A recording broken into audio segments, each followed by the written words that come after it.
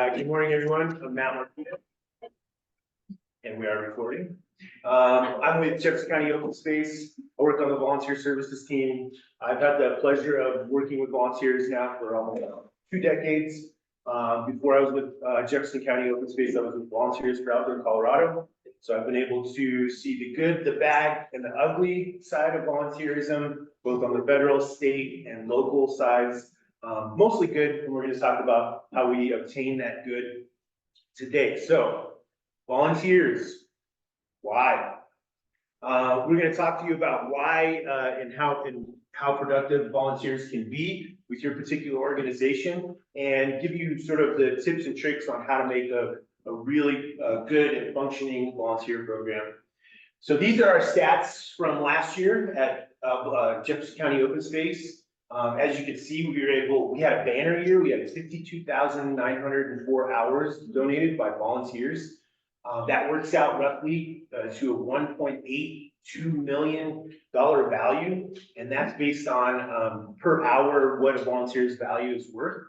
That's usually based on the demographic of the type of volunteer that comes out, their education background, their knowledge. Sometimes it has nothing to do with the particular project that they're doing, but they bring that knowledge and experience with them.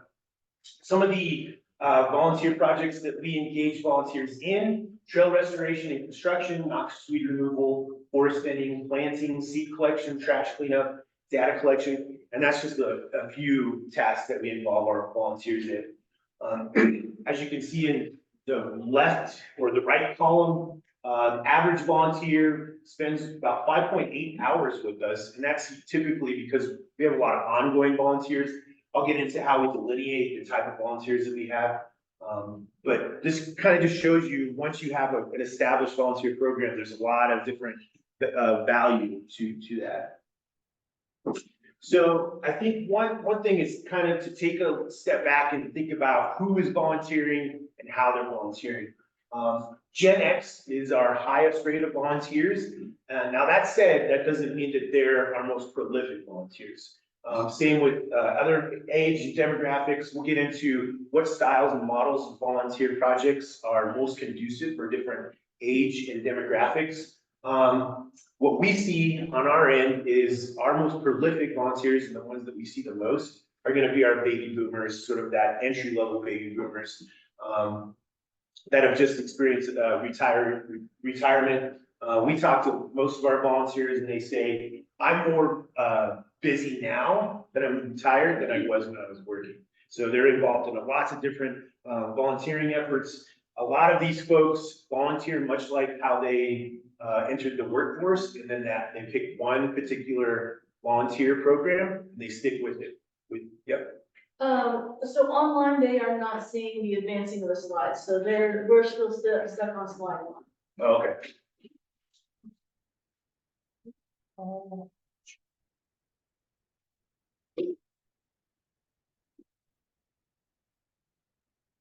I'll keep blabbing while we work on technical stuff. So, as I was mentioning, different demographics volunteer in different ways. So that retiree volunteer, that's the one that you really want to hone in on for any kind of established volunteer programs that aren't just those one-time volunteer project events. Is everybody seeing these statistics slides now? Yes. Terrific. So pots. One is the one-time volunteer. Those are folks that come out to some of our larger scale projects and we might never see them again. And then we have our ongoing volunteers that we know that they're going to be working with us maybe for a couple months, a year, hopefully for several years. These folks we send, we take them through a volunteer orientation so they learn more about the organization, some of our protocols or responsibilities. We do send them through a background check because they're going to be working independently from staff. With one-time volunteers, they just come out, they don't need any training, they just sign up and they're good to go because they'll be with staff the whole day. They do sign a waiver, both ongoing and one-time volunteers. Some examples of our ongoing volunteer programs: we have wildlife monitoring, so we have a lot of raptor nest monitors. We have our park hosts, which you can see here, is sort of the blue shirts. They're involved in a lot of our community events and education events. They also just go out to our parks and hike and answer questions from some of our visitors. So it's really important to give them a lot of educational background and give them a lot of information on what the program and the organization is up to. In addition to ongoing volunteers, some of those monitoring citizen science pieces, we have folks that just show up a lot of times to do trail work, to do seed collection, forestry work, pretty much anything in our organization that we do, we try to figure out how we can fit a volunteer in. So for the most part, we're going to concentrate on those one-time volunteers because it's a great entry, it's a great gateway for your program and your organization to get volunteers involved. So we have two different types of projects. We have our weekend projects. These are going to be our larger scale projects. When I say larger scale, that's probably about anywhere from 20 people to 800 people. We're very lucky in that we've had a volunteer program that's been around for a long time, and we're able to utilize all of the folks within our organization to host some of those larger scale projects, especially some of our partners. College students, we see a lot of college students because we're so close to the school of mines. We see a lot of high school students. 80% of the people that show up on these larger scale projects are going to be new volunteers, so it's a great way, it's a great recruitment effort. This is the first time you're going to see these folks, so put your best foot forward. Weekdays, this is where we see a lot of our ongoing volunteers and our repeat volunteers, mostly those folks that are either just recently retired, that are going to keep coming back. A lot of these folks, this is where we develop skills because they've been working with us so much. They're able to learn how to do really specific stuff that our field staff almost knows how to do. And it's a really great way for community and relationship building. One of the things that we'll get into a little bit is that, you know, the volunteers will come because of your mission and because of what you do on a day-to-day basis. But what's going to keep them coming back is that community building. They're going to develop a relationship not only with your staff, but with the volunteers that they work with. So that's really important to foster that. So on our smaller scale, sort of weekday volunteer projects, some of the things that we really like to focus on, education being one of the key components, is they don't know why what they're doing is important, they're not going to come back. If they're just coming out and putting a pick or a shovel in the ground or removing a tree and they don't know why, they're going to think, you know, that was fun, I worked hard, I was outside, they might not come back. So that education piece is really important. Another reason why that's so important is because these volunteers become advocates for your organization. So next time you have a community event, a community meeting, you can invite your volunteers and they'll be advocates for you. They'll be the folks that speak up and say, this is such an important project that these people are going to do, and I support them because I've been there, I've done this type of work on the ground. You really want to hone in on safety. We always tell people we have 3 rules on every project. The first one is be safe. Second rule is be safe. And the third rule is have fun. Yeah. So we really want to emphasize safety. Most of our projects start off with a safety talk. We talk about what's going to happen if we do have an emergency, if somebody does get hurt. Typically, we don't have accidents or injuries on our projects, but if something does happen, you don't want everybody scrambling around in a heightened sense of stress when something like that happens. So we want to make sure we have a safety plan in place. We talk about the tools that we're going to use and the safe ways to use them and not to use them. We talk about who maybe has first aid CPR certification on site. And we also ask our volunteers, we tell them, hey, if you have any kind of prescription or medication or EpiPen, make sure you bring that out on the trail with us. If you have any kind of health or medication things that you might want to tell me away from the group, pull me aside and let me know, just so I have heightened awareness of what to look out for during that day. Obviously, we tell everybody to bring water, snacks. We give them a lot of information on the front end before they even set foot on the ground at a project to make sure that they have all the proper equipment, PPE, that kind of stuff before we engage with them. Make sure we ask a lot of questions. When you're kind of doing that forming, norming, and storming thing during the day, you learn about what different volunteers are going to be the ones that ask a lot of questions, and you're going to learn about the volunteers that are a little bit resistant to ask questions. Not that they're shy, they're just trying to soak everything up. So you may want to kind of feel those people out and ask them a lot of questions. Get to know your volunteers. One really cool thing about these small scale volunteer projects and a great way to fundraise is engaging those corporate and civic groups. I know that one model that a lot of different businesses are using right now, and because the unemployment level is so low, is they use that as an incentive to get workers to join their workforce. Is that they set aside days during the weekday, during business hours, where they can actually engage their staff in volunteering. It's great for team building, getting out in the community, and also you can charge for those. We don't charge, we're a governmental organization, but if you're a nonprofit, it's a great way to ask for a donation, to be able to make it worthwhile for your time and resources to go back into the program, for your tools, meals, whatever. And then make sure you have some kind of thank you built into your particular project, whether it's a small scale or large scale. That can look like as a simple email. Obviously, you're gonna say thank you at the end of the day. We find it's really important to collect all kinds of statistics from that particular aid, how many miles of trail or how many feet of trail, how many trees you planted, how many seeds you collected. Make sure you collect that data, that aggregate data from their experience that day to let them know what kind of impact that they had during the project. And then also follow that up with an email. That way they have your contact information, they're on your email list. Hopefully you collect that ahead of time so you can contact all those folks for the next project. Some of the benefits of this, essentially what you're trying to do with these smaller scale projects is to create independent volunteers. So it's a lot of that work is going to be a little bit heavy lifting to create your volunteer program.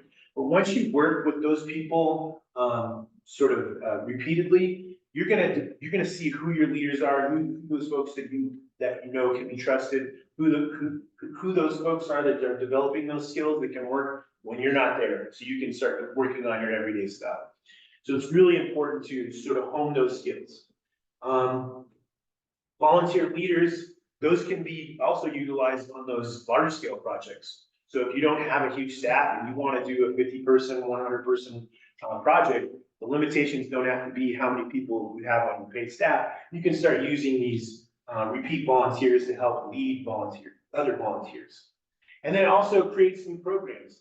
So you might be working, for instance, we had a volunteer, he's a geologist. He likes to come out on a lot of different projects. He likes to work out in the field and get his hands dirty.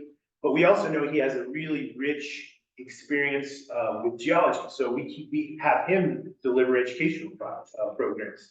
So by working with these different volunteers and kind of getting to know them and what kind of experience they bring to your volunteer program, you can create new volunteer experiences. Large scale events. So this picture is taken from our big National Public Lands Day project. On this particular day, we were able to close the entirety of Clear Creek Canyon. And we worked with City of Golden, City of Wheat Ridge, and City of Arvada to clean up about 20-mile stretch of Clear Creek.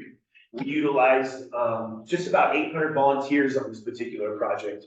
We used staff members, we used volunteer leaders, and we were able to work with all different types of community organizations and governmental agencies on this particular project. So if we didn't do it all ourselves, we made sure we had a lot of hands, because as you know, a lot of hands make light work. Within this particular project and a lot of large scale projects, you want to maybe just do a half-day project, because there's a lot of these people it's the first time maybe they've ever worked outside, and you're not going to get a lot done after lunch. So you have them come by, you focus on some really low-hanging fruit in terms of sort of entry-level type work that you can get done. And at the end, make it sort of a community celebration. We had everybody come to our park, our brand new Gateway Canyon, the mouth of the canyon, Gateway Canyon trailhead, which can accommodate this many people. We had music, we had live music, we had a drawing. So we worked with a lot of different community members within Golden to donate prizes for a big drawing. And then we had food trucks where people could get a lunch for the day. Great event. We made a lot of different partnerships, and we know 800 new people that we lured with our volunteer programs. And that's something really cool about these large scale programs. It's a great recruitment tool. So recruitment, like how, aside from setting up these large scale projects that maybe you're not ready for, can you get the word out? Obviously, there's social media. One of our big things is Nextdoor. Because we're a county entity, when we post up on Nextdoor, it goes out to everybody in Jefferson County that has a Nextdoor account. So that's like 200,000 people. This particular post that we put out just a couple weeks ago reached 23,000 people in county. So work with Nextdoor. If you're a city entity or even a neighborhood entity, you can reach out to all those folks that are on Nextdoor. And the most important thing, you can turn off comments. So very good. Newsletter, come up with a newsletter. So when you're working with volunteers or even just your general public, put those volunteer events and your volunteer successes in your newsletter. Get the word out, let them know how much fun you're having, along with that educational piece. Work with your local businesses, put up flyers. Everybody that everybody that has a business sees how great it is to have open space in the community, because a lot of people will come to hike, mountain bike, do whatever, and they'll go to the local coffee shop, they'll go to the local restaurant or bike shop. So it's kind of that relationship where we're trying to help out each other. Pop-up events. We do a lot of tabling out in our parks, at our trailheads, where people are already there that love the outdoors, and we tell them how they can give back. An open house, if you have a particular community building that you can have an open house and advertise to different type of volunteer programs and opportunities. That's a great way to meet people and answer the questions. Table at a community event. If you have a local festival, we're entering that time of year where something's literally going on every single weekend at somewhere within your community. Ask if you can have a table there and just talk about different opportunities that you have. And I think one of the big things is be flexible. So you might have a really eager volunteer with different types of talents and experiences, but you don't have a program for that.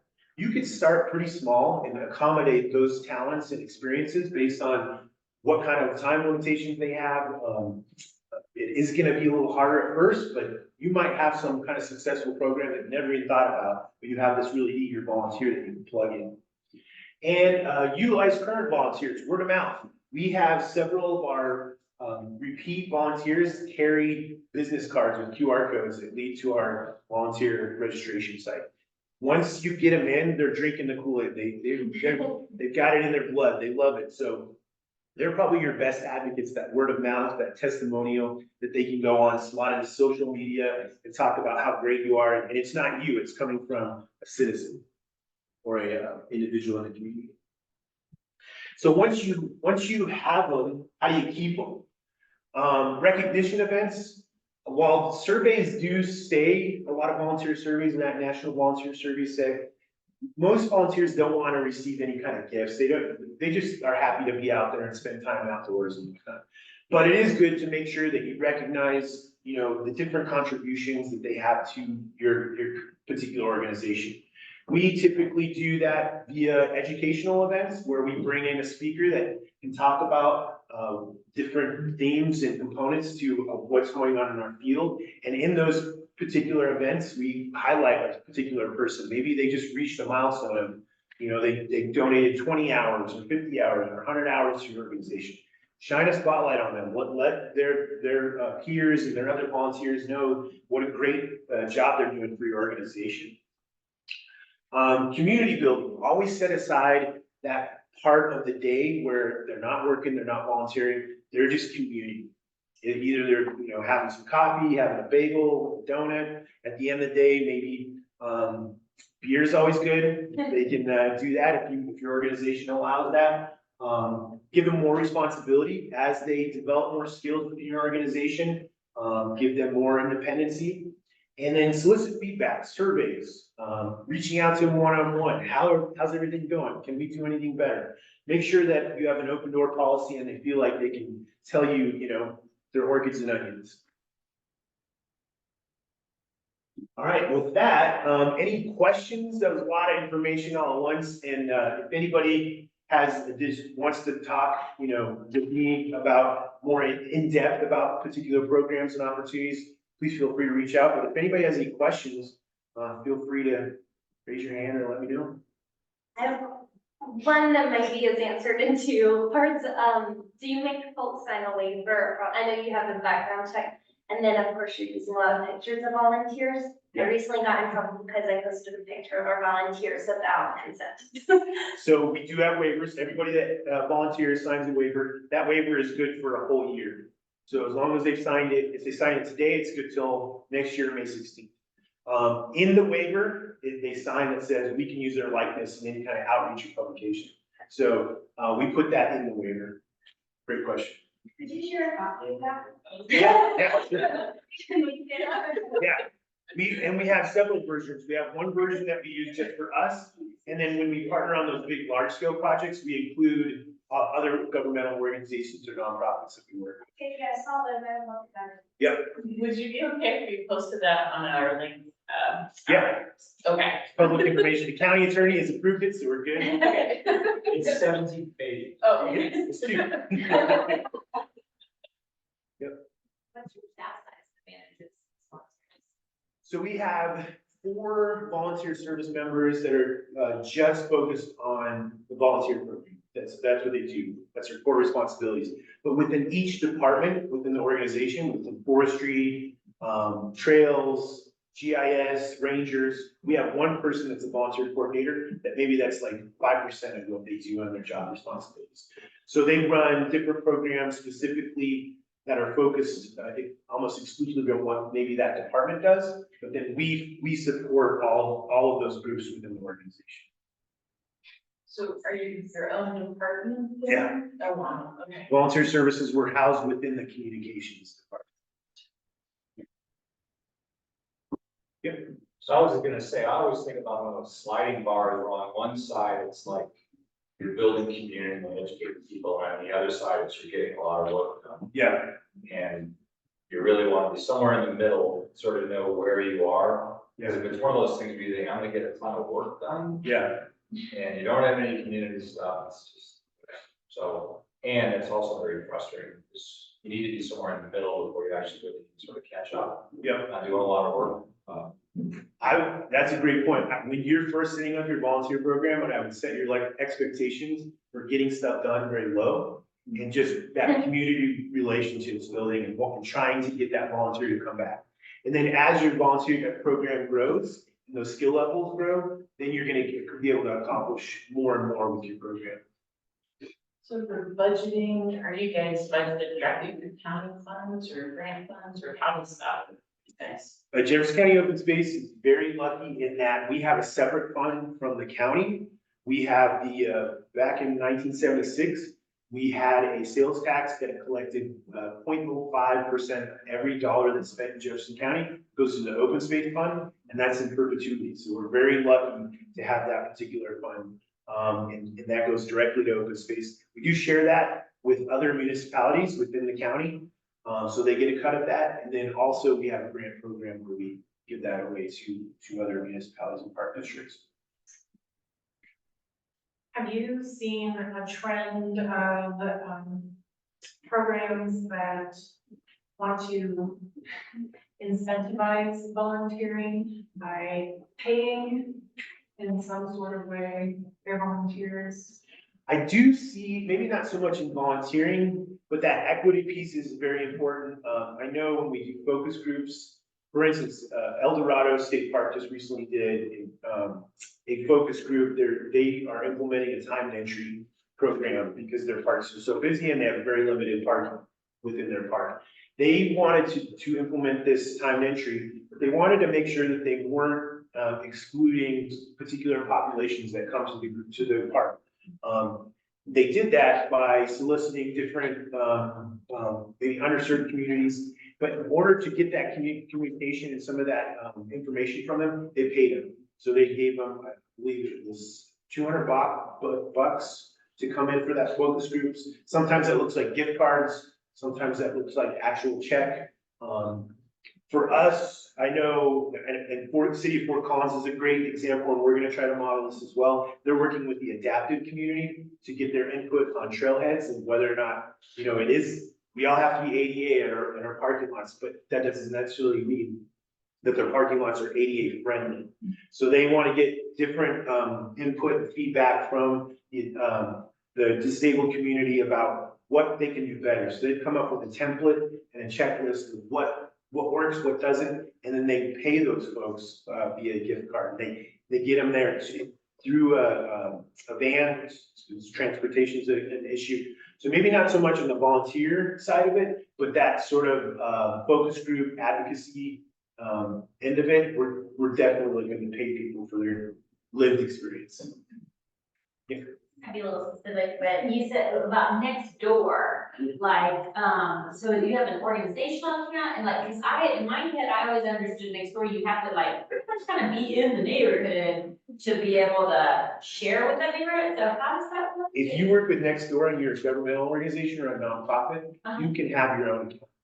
Okay, So you just have to work with them on the back end and they'll set up an account for you. There's a little bit of verification process involved in that. But once you're in, it's a great tool. and then you'll be able to share with all the neighborhoods that you work with. Yes, correct. Okay. So you said you worked with corporate and civic groups? Yep. Are y'all reaching out to them, or are they coming to you being like, we wanna do team building? We haven't had to do any outreach. Once the word's out there, we have people just contacting us. Typically, that looks like about 10 volunteers at a time, and we typically center.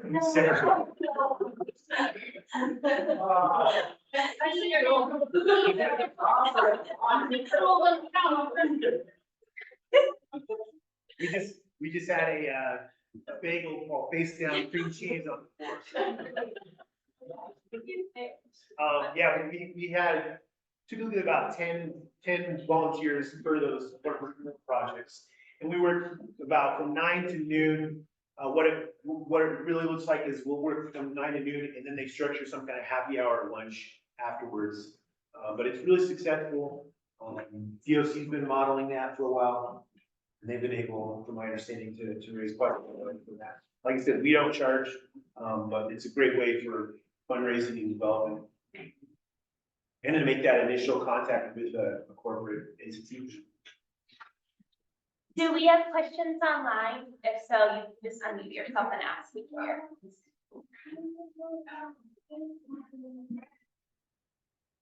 No questions online. All right. Well, thank you so much. I think you all have my contact information. And if you have any further questions down the road, feel free to reach out. Appreciate it.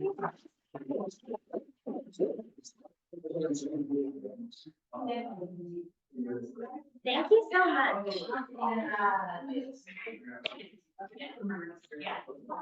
Okay, that was super helpful. Thank you for taking the time. And I also know you have to feel free to leave whenever you wish. We're gonna have the parks people next, or I always make it plural, like my grandmother. Really? Park people, not tree people. Yeah. I feel like my mom's always making things plural and I'm doing, I like you. Does anyone need like bathroom break, coffee break, fresh air break? Feel like we could see you in a minute. So like, yeah. I think this power usually. Power today, great, well, that's good. Cool, I know Lori's secret way of hydrate, but. We're gonna take folks online. We're gonna take a quick break. Let folks choose the back. All right, and looks like I see some hands on there and lots of no hands, so I'll just interpret that as you didn't hear about us. Okay.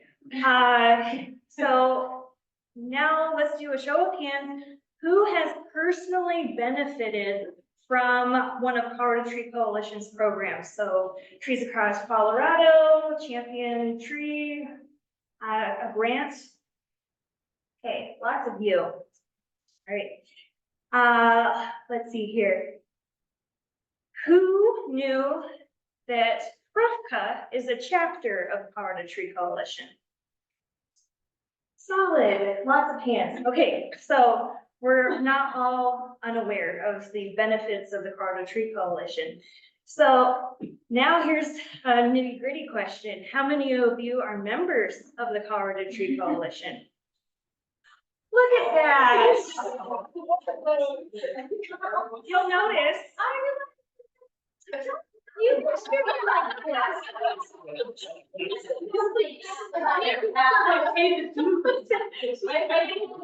the names I see online, I think only Donna is. Go Donna, props to you.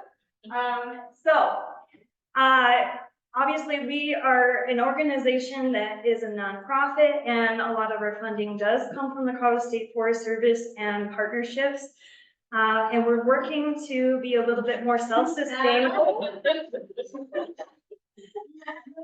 We're working to be a little bit more self-sustainable, and part of that is membership dollars. And you will notice that I did not raise my hand, so I am just as guilty as the rest of you of not actually contributing to this wonderful organization that gives me a job. Today, I'm gonna write a check to the Colorado Tree Coalition.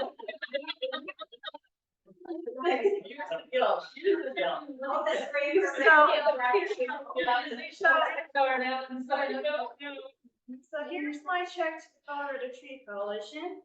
David Flake, can you take my check as the treasurer? So an individual membership is $25. A family membership is $50.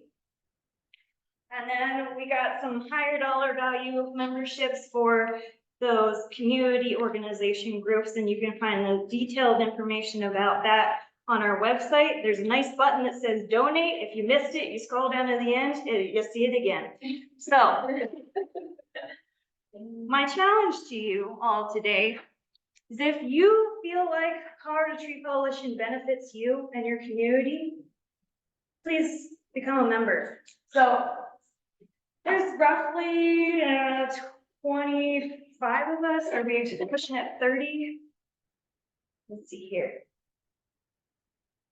I'll just call it 30. So $30, 30 people for $25 each. So not including you communities that should contribute more, Adrian. I'll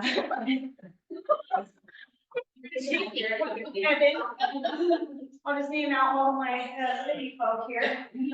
Oh, I guess, let me give a shout out to Tara, with DB Tree Expert. They are, so Tara is not in trouble today. The rest of you are.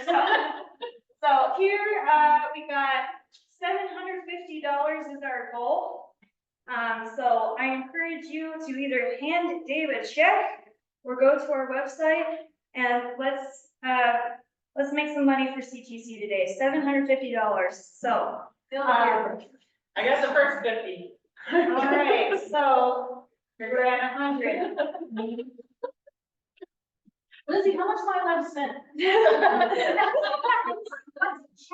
And really, you can take the donation amount for the membership as a suggestion. If you want to contribute more, we will take it. So in terms of, well, Allison, how else do we benefit as a member? Well, thanks to having me on board, we can reinvigorate a really cool incentive that we had a long time ago. Tree Talk is a newsletter, and I'm hoping to publish our first one since like 2005 later this week. So if you're a member, you'll get that in an email distribution. You get the good feelings that come with being a part of such an awesome group. Can you speak a little bit? They're having trouble hearing me? That's incredible. Okay, so if you feel like CTC is a benefit to you and your community, then you need to sign up and be a member. And I'll just talk, I'll give you a sneak peek of something that we're working on that we're really excited about. Champion trees, who's heard of them? Everyone.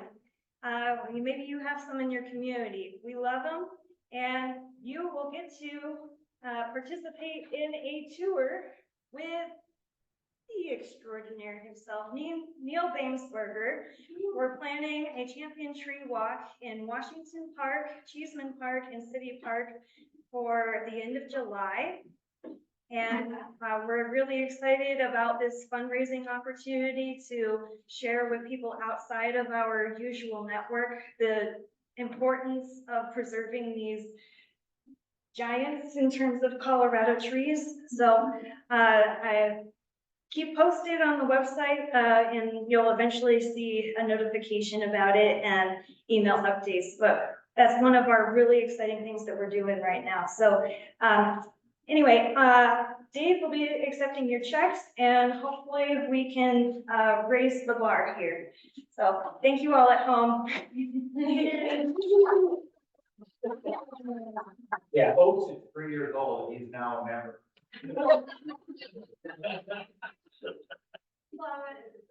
Are we doing any knot tying exercises today? Well, No, this is Amanda's team builder for our team. Every time she runs staff meetings, she makes us learn how to tie the knots. oh, And some of us can't do it.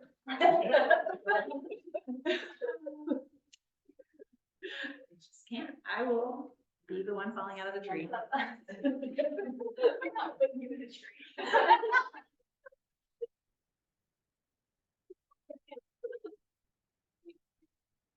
All right, let's see, Mary, should I just push share screen here? so much better. No, I just take the cheater out. What time do we have till? It's a good We have question. 45 minutes, or do we have a particular time, or? We try to wrap up around 11. And it's. Hi.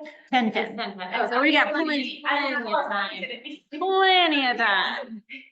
Plenty of time, and I actually think the previous conversation and presentation was like a good compliment. We structured ours a little bit more like a conversation, so this is participatory. So we definitely want to kind of go back and forth, so we're making sure that we answer your questions and, you know, really kind of address whatever is top of your mind. I did want to just do a few little announcements first. I think y'all figured out where the bathroom is. That was really it. In case you've never been here before, the Park People works upstairs. And this is a public facility that is open for people to rent out. And so we're lucky to use it a few days a month, but for the most part, we've got 12 of us crammed in like sardines upstairs. If anybody knows of a larger space that's available to lease in the Denver metro area, please let us know. We are looking. We want to store our trees, our trucks, our tools, and our people as we grow. Let's see, Mackenzie wanted me to let everybody know that we do have a new Lunch and Learn series that the Park People has launched. So the next one is open to the public. It is on May 28th at noon, right here. So if you like this space, you can come back and have lunch out in the park. It'll be a panel on tree forest. So I know quite a few of you are familiar with tree forest. Paul, I'm not sure if Paul back there. Yep. Paul, Tara, are familiar with our tree forest program. We'll have Tatakin, Kyle Peschel coming from Tatakin, some graduates from our program and our tree forest staff here to talk about what career apprenticeship is like. Oh, Adrian, of course, is very familiar with tree forest. So you're welcome to come. That would be awesome. We also have launched a community forester continuing education program. So CTC funds our community forester program, which is a 5-part workshop series. We'll talk about it a little bit later. But we've sort of launched a continuing education aspect as like retention for our community foresters and also giving them that next level of information. This upcoming one will be in June 14th. And it'll be on Zoom, and we're really talking about summer stewardship of trees from a resident focus. A lot of our community foresters are residents of Denver, so sort of signs of stress, best practices for cultural care of our trees. Amanda will be there, everybody's favorite presenter. And we are also looking, well, you know, talking. Oh, yeah. You're on the agenda. I do. No pressure. No PowerPoints involved. And I did just also want to let everyone know we have about 25 trees over through our Denver Days Trees distribution. So if you're looking for a tree, let's see. So welcome. Thanks for coming. And I think this is the Park People's first time presenting at FRUFC. So really glad. Oh, okay, good. So it's our second time. I was like, wow, they found something we're good. Um, For those of you that don't know me, I'm Lindsay Cutler. I am the program director here at the Park People. I've been here a whopping 4.5 years, seen incredible transformation during that time. We've gone from a staff of 3 to a staff of 12. I get to oversee our 5 urban forestry programs, which we'll cover a little bit later. It's been a really exciting time to be in urban and community forestry. There's been a lot more attention and I think credibility and just, respect for it, given all of the conversations and realizations that trees are just such a wonderful, simple solution to the climate crisis and also they need less lawn care. Loriee, do you want to introduce yourself? I'm Loriee Evans. I'm the community engagement manager with the Park People. Part of that work is coordinating volunteers. This is the 4th organization that I've worked with for coordinated volunteers. They're all nonprofits. That is my background in nonprofit. I love the nonprofit world and I love volunteers. So and then I do work, much of my work is with under canopy communities in West Denver and in North Denver, working with community leaders there to support their efforts to bring more shade and cool greenery into their neighborhoods. Awesome. So our mission, we work with communities to plant trees and improve parks for a healthy, resilient future. Most of our work over the last 5 years in particular has been urban forestry specific. We haven't dedicated as much time to parks work beyond planting and stewarding those trees in parks. Let's see, we have some questions for you. We're just gonna rotate and write down your answers. So it's more than a raised hand. We definitely want some feedback here. I can't see, so this is really hybrid. In fact, I think we have more people online right now. Yep. Than we do here in person. So Amanda can monitor the chat and let us I know. just wish I could see the online, if I thought about that, but that's okay. If we got the chat. Amanda could have her screen, her camera Oh, on. yeah. Well, that's a little bit, yeah. That's too much. That might be too much for an STD. That's us. See how tiny it is? I couldn't see that. That's okay, we're good, it's nice to kind of see if there's anyone like faces, like if they're looking really confused or something, but I mean, they can monitor for us all. Okay, so using the chat or sort of shout out, what does everybody do here? I think there's a lot of municipal foresters, but we just want to make sure we're talking to the right audience here. Forestry, city. Forestry, city. Are you in private tree care? Yeah, state forest. Yes, no. So so how many of you are city foresters? City owners. Okay, I'm from Inglewood. I live in Inglewood. Okay, I'm talking to you later. Okay. Mary Judith is Boulder County, State Streets and Trails. Awesome. So some open space, some foresters, city foresters, state, any private side? We assist folks in unincorporated, you don't have their enforcement. I'm gonna take that. Oh, gotcha. That's cool. Yes, that was my job. She says I'm doing my job. Is there anyone who's not, with a public entity? Okay, yeah, right, it's nonprofit and then a private baby tree. Okay, great. Okay, do y'all work with volunteers at Davy? No, not really. I mean, we work with nonprofits, we volunteer. Right, but you don't have you don't like recruit volunteers or have any projects or programs where you actually have a volunteer name. As far as I know. Okay. Is that one, is that the next question? Yeah. Yeah, so that sort of segues into the next question of in what ways are you currently using volunteers? Share. Ours is small, little tennis tree planting only, Okay. and it's a pain in the butt also. Oh, So it's maybe- you won't do it. I think it sounds so easy.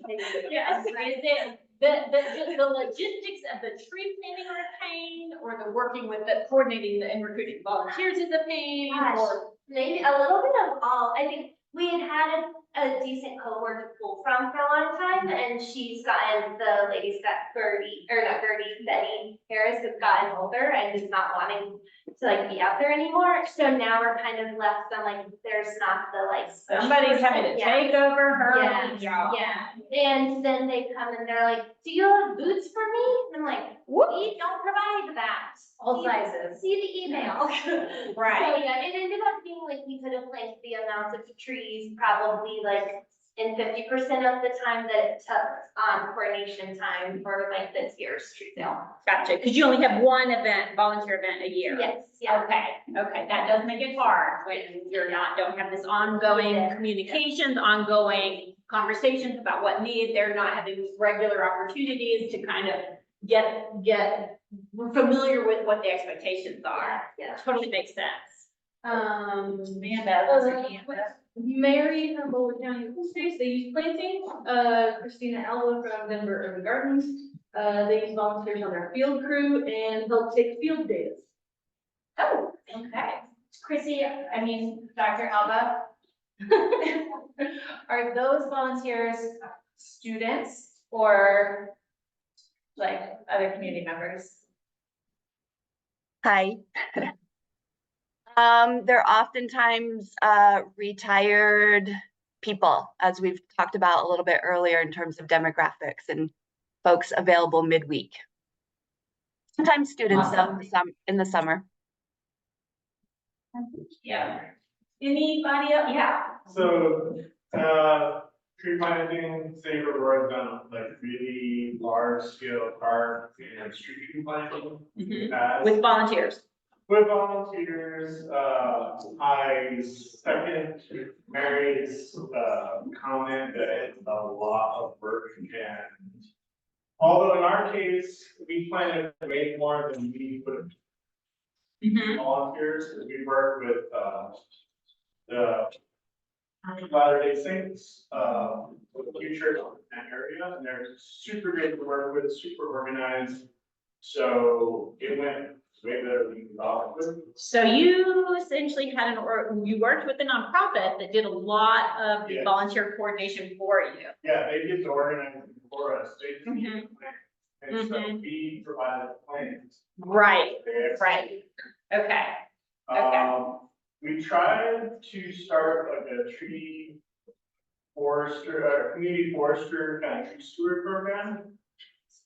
It just, I already have a job, and this was kind of like my idea, and I don't have more time. So it kind of died on the vine. So that's what happened with that. It was, I mean, I had a number of individuals really interested in this, wanting to specifically work in Aurora. It just carving out time and energy, So we can get into a little bit about how we structure our community forester program, where the nonprofit brings the coordination piece and the city entity that brings the expertise, the tree. And we needed trees on private property to be included in that. And that was a big challenge, finding property owners willing to participate in that, so kind of related, but I guess assisting with citizen science maybe. Also serving as board members for different city boards or city function. Yeah. I was gonna say on volunteer that, small trees start turning. Super important. It's one of the things I just changed. This is not my forte. Okay. And then I guess the next question was, are y'all familiar with the park people? So did we need to talk any more about that we're not gonna go into? We'll be real brief on the slide if you guys are like, stop boring me. Brag, go for it. Yeah, like most people nodded their head, and then the final question was, do you already partner with nonprofit organizations to, you know, meet some of your community or urban forestry needs? Yes, already do, okay. So one, anybody on? Paul does? Paul does. Yeah. See there. Oh, right. So we may know, Boulder County used wildland restoration volunteers. Boulder County wildland restoration volunteers. Okay, I'm like, I want to do, because I'm not Boulder again. Okay, are we ready to move on? Yeah. So this, real quick, these are the questions Amanda shared with us that you all expressed interest in. These are all addressed and covered in our slides. Is there anything that we're missing that you want to throw out there of like, please talk about this today? Lobbying city council. Urban natural resources. Advocacy. Yeah, Advocacy. Thank you for putting it in one area. they don't listen to me.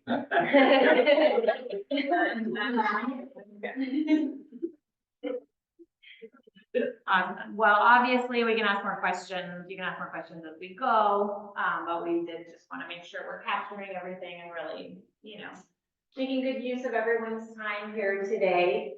To sort of contextualize our work, I know we all use urban forestry and community forestry interchangeably.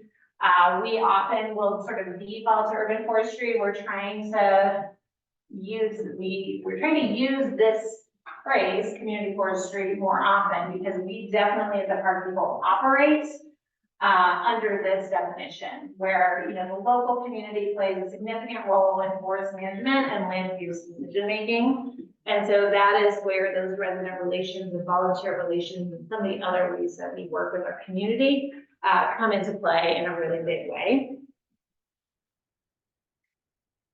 Let's check. So that's according to Gio. Volunteer opportunities, scouting for tree issues, grassroots info sharing with their groups, churches, advocacy. That's Awesome. what we do. Yeah, that's sort of two-way information.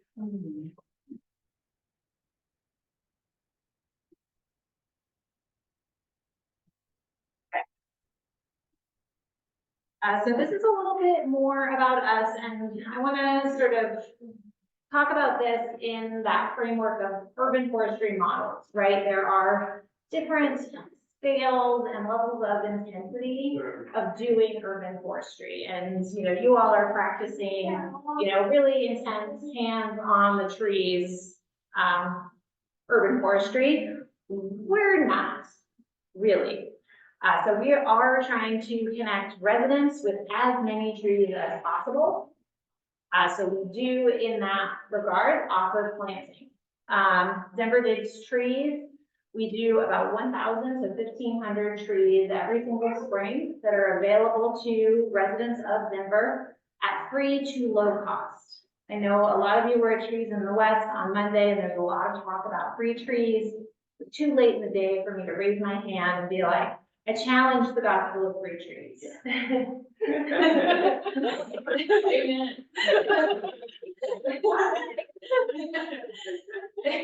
There is a lot of data and input out there that says that charging just a little bit of money increases people picking up their trees, planting their trees, caring for their trees. So we do, as best practice, charge a whopping $10 to $35 per tree for residents. If they ask for a tree for free, we will give them a tree for free.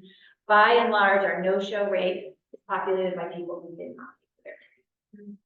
It's proven again and again.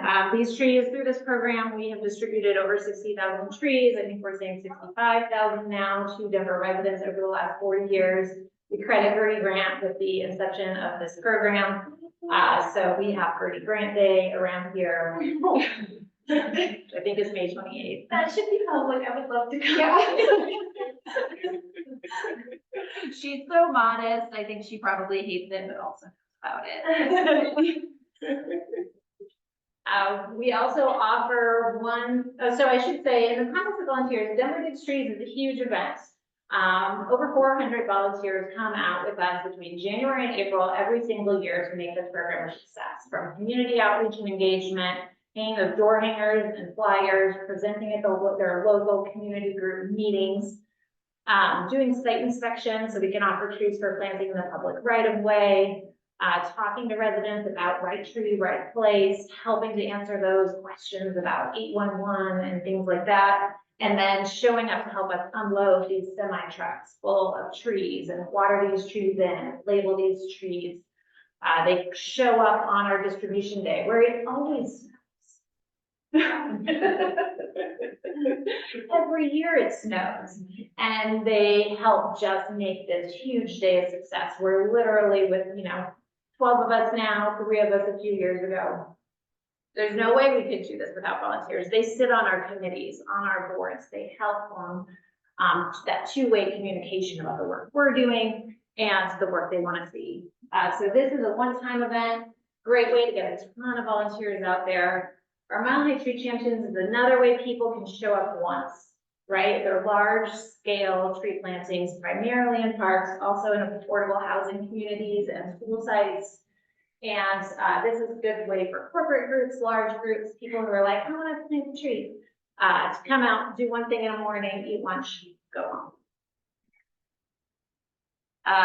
Park Legacy program is brick pavers and also commemorative tree planting in our parks. We partner with Denver Parks and Rec on this program. So they do all the actual planting work. We're just coordinating with residents.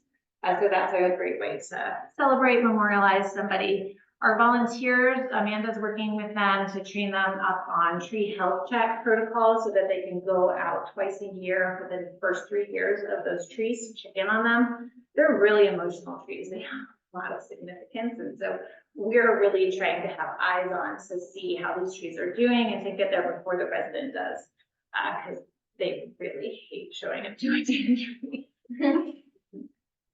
Can't understate that. Community Forester we'll get into later. This is our volunteer training program. So this is the way we take volunteers from entry level, low skill by and large to skilled volunteers that can do work for their communities, for us, and for the city and county of Denver. Funded through CTC in partnership with DPR. This is, where partnerships really come into play. And then Tree Force is our pre-apprenticeship program. So that's really training people for jobs in tree care. It's a 6 to 8 week program where we're currently partnering with justice involved folks to provide opportunities to get into this great career. It's now run 4 cohorts, over 30 graduates. So it's been a really exciting development in that trajectory of how can you really meet a lot of different demographics and provide opportunities for a lot of people to start getting involved and excited about this amazing field. I feel like I'm telling you a lot, but you told me to just bounce it over to you and I wanted to do so. Keep talking. So, let's see, this is kind of what we're going to go over as far as volunteer engagement. I touched on it a little bit. So there's that entry level volunteers for big events, just anyone from the community who's interested in getting out there for a day. You can hit a lot of different demographics. You can get a lot of work done in a little bit of time, and it's a little bit lower lift for an organization or a municipality. But as you mentioned, also can be a lot of work. Training your volunteers, getting that next level out there, and then that's sort of beyond volunteers, and you're starting to pay people to show up. All right, so for the sort of entry level volunteer engagements, most municipalities have some capacity to recruit volunteers for one-off events. There are some strengths and limitations to this type of volunteer engagement. I'm gonna let you dive a little bit more into some of the strengths and limitations of just volunteers as a whole.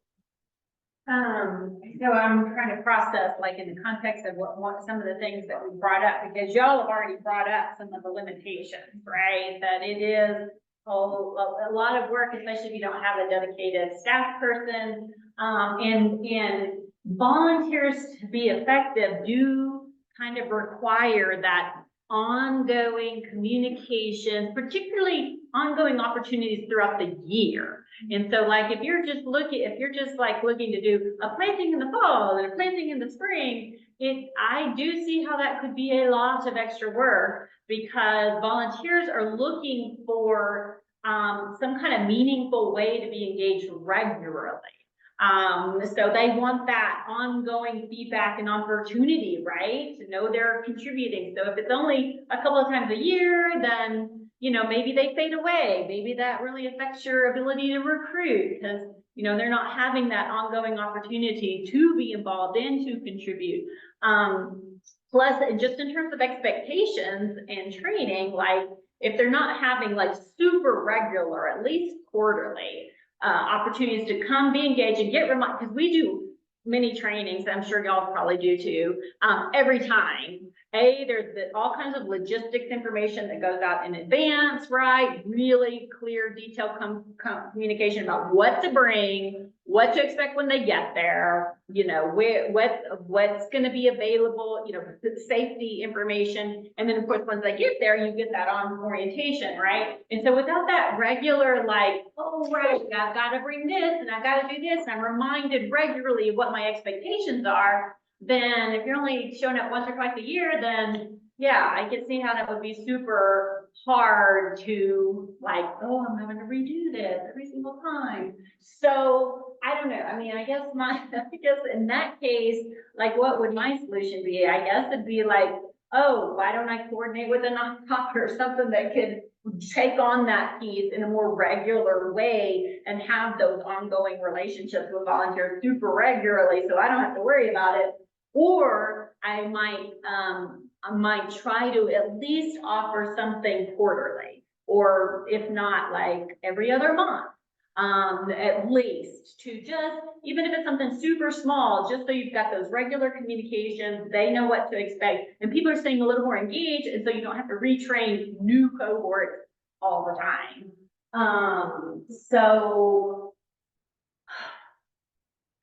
And then, I mean, I don't know what else to say about the strengths. I think we've all talked about them. The earlier person talked about them. Is there anything else that hasn't already been said? I mean, get a lot done in a short amount of time. Get those people out there that are advocates for your mission and your work.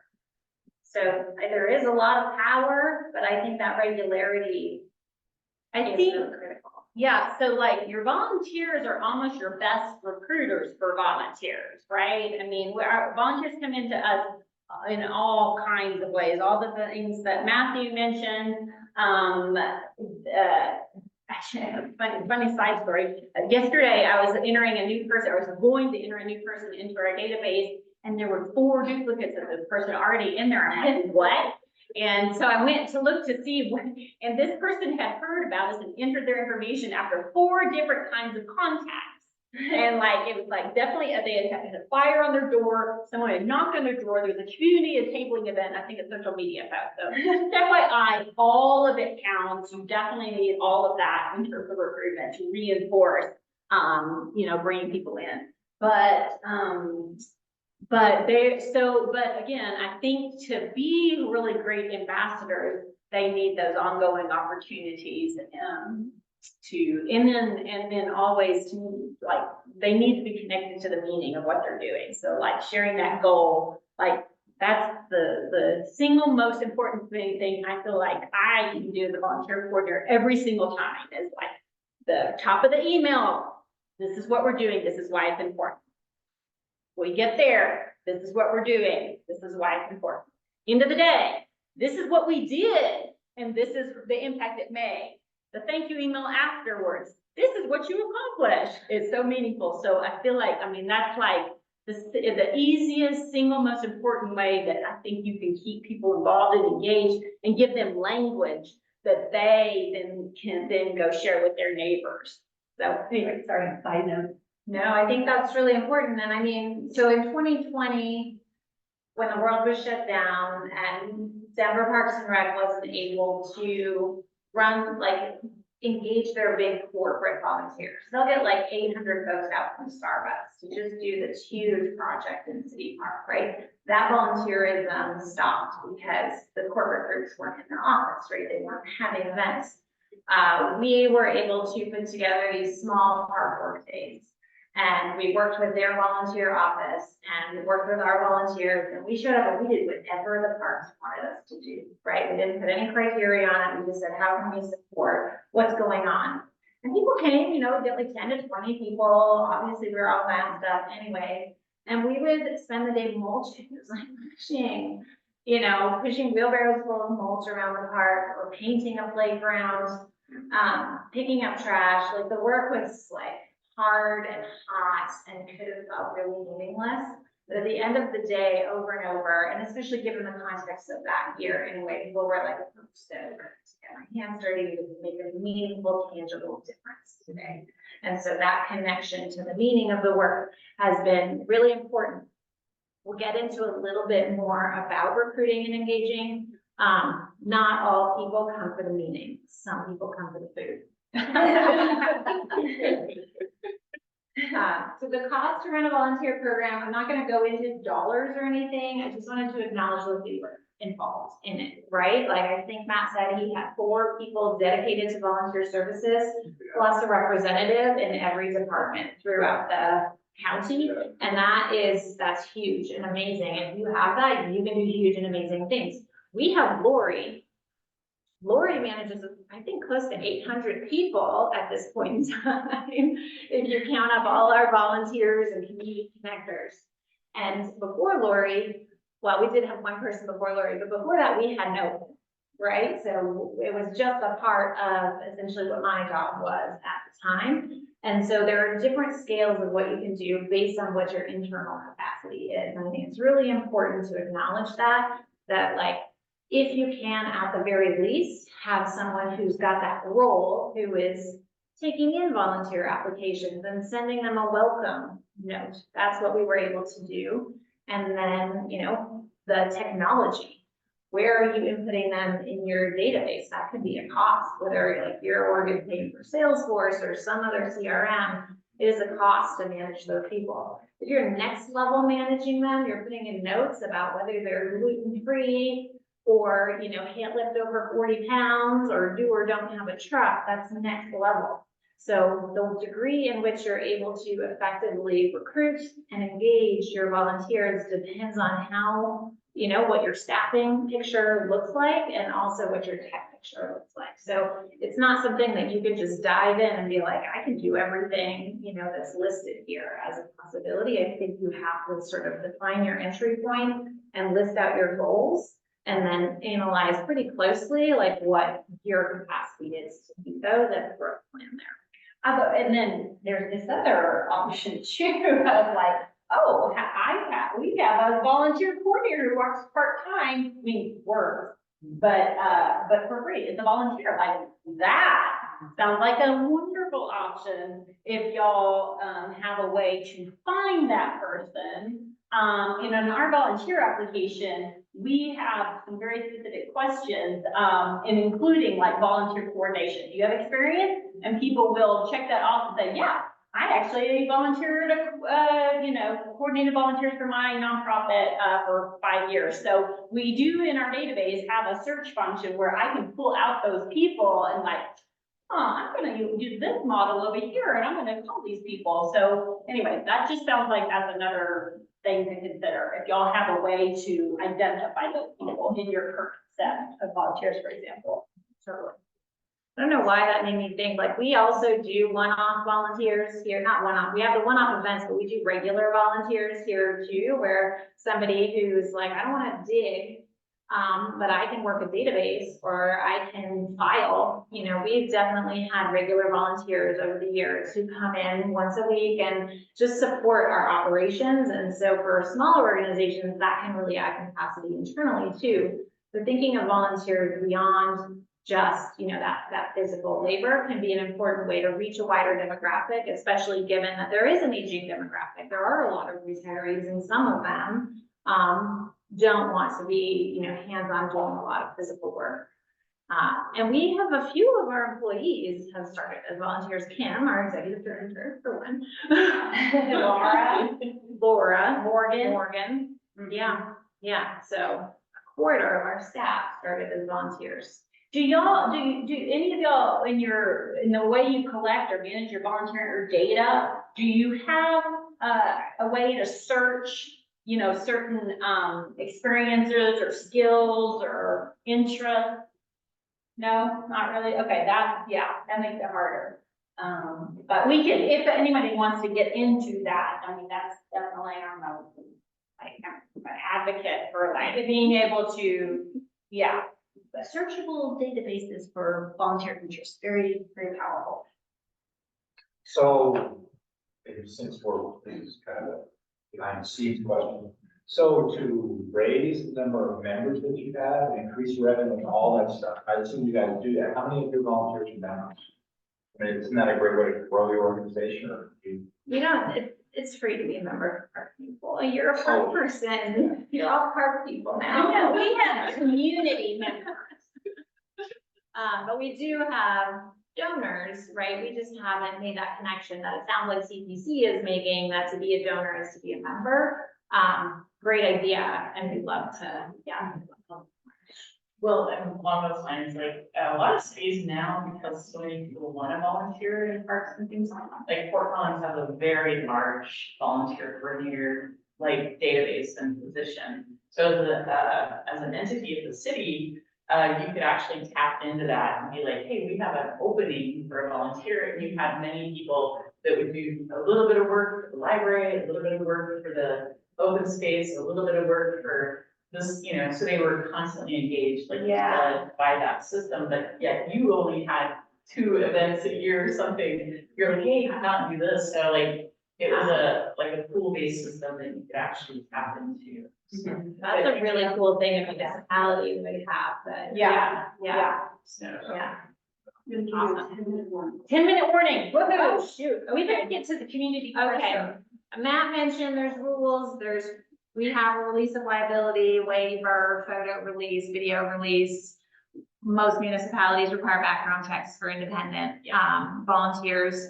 Let's see. We can read these out loud. There's 2 pages of sort of practical tips. But I think Matt did a lot of these. Matt covered up most. But not mentioned managing the organized chaos. Who likes chaos? I do feel like if you really work with people, enjoying chaos is a benefit. And maybe this is where finding a volunteer who loves chaos could help you. Yeah. And then recruiting the right number, just plan for attrition. As always, not everybody shows up. And do provide the right tools. We throw gloves, we have gloves and safety glasses, and obviously like the working tools. We ask them to come with like a reusable water bottle and boots and pants, but we do have people show up in flip flops and shorts. Volunteers love to be busy. They love well-organized events. So even if it looks like they're all socializing, they're not happy about it, and we'll hear about that later. They want the event to be safe. They want it to be structured. They want someone telling them what to do. They don't want too much work, but they do want to stay busy and make sure that like they contributed their time and they did something that day. So I think that's really important. That said, there's all sorts of different personality types of people and volunteers out there. You will have your socializer. You will have your, person who doesn't look like they want to be there. That's okay. It's not your job. But you'll get those workforces and you'll get the other end of the spectrum, but by and large, make sure there's enough work for the number of people that you came there. Anything else on that? Impact, inspiration, be everything to everyone. It's important. So the second thing we wanted to talk about was our community forester program. So we've mentioned it a couple of times here. We started this program 20 years ago, again, in partnership with Denver Parks and Rec. They sort of recognized the need for more skilled volunteers for the urban forest. And so I don't know exactly the conversations that led to it, but what resulted was a 5-part workshop series. The park people independently teaches the first one and the last one, so that's just a real broad introduction to trees, why they're great, history of our organization, why we do what we do, why trees need care. And then the last one is volunteer leadership and community engagement. So we're really talking about what we're talking about here, and we're talking about their role as volunteer ambassadors and ambassadors of the park people in the city. The in-between ones are the meat or the tech, they're for the people who are there, like how do I plant a tree? How do I identify a tree? What are the most common trees in Denver? Let's talk about pests, abiotic, biotic factors, so plant health care. And so those are like the real tree nerd ones, couched in like, yay, trees and yay, volunteers. It's been really cool. We've had 200 some, 250 go through the program. Yeah. Like actual go through all 5. Yeah. So you can take any of them. You don't have to take them all. You have to take the first one to take any of the other ones, just so that you have that foundational knowledge. If you get through all 5, you get the title of community forester. If you get through 1, you're no, you need 2 or more, you're a tree steward. And we haven't been real strict about, like, if you're a tree steward, you're qualified for these activities. If you're a full community forester, you're qualified for these activities, but we're starting to get there more and more. Little bit, and that has to do just with management, administrative capacity, keeping track of who has the qualifications. That's a little bit beyond us, but Yeah.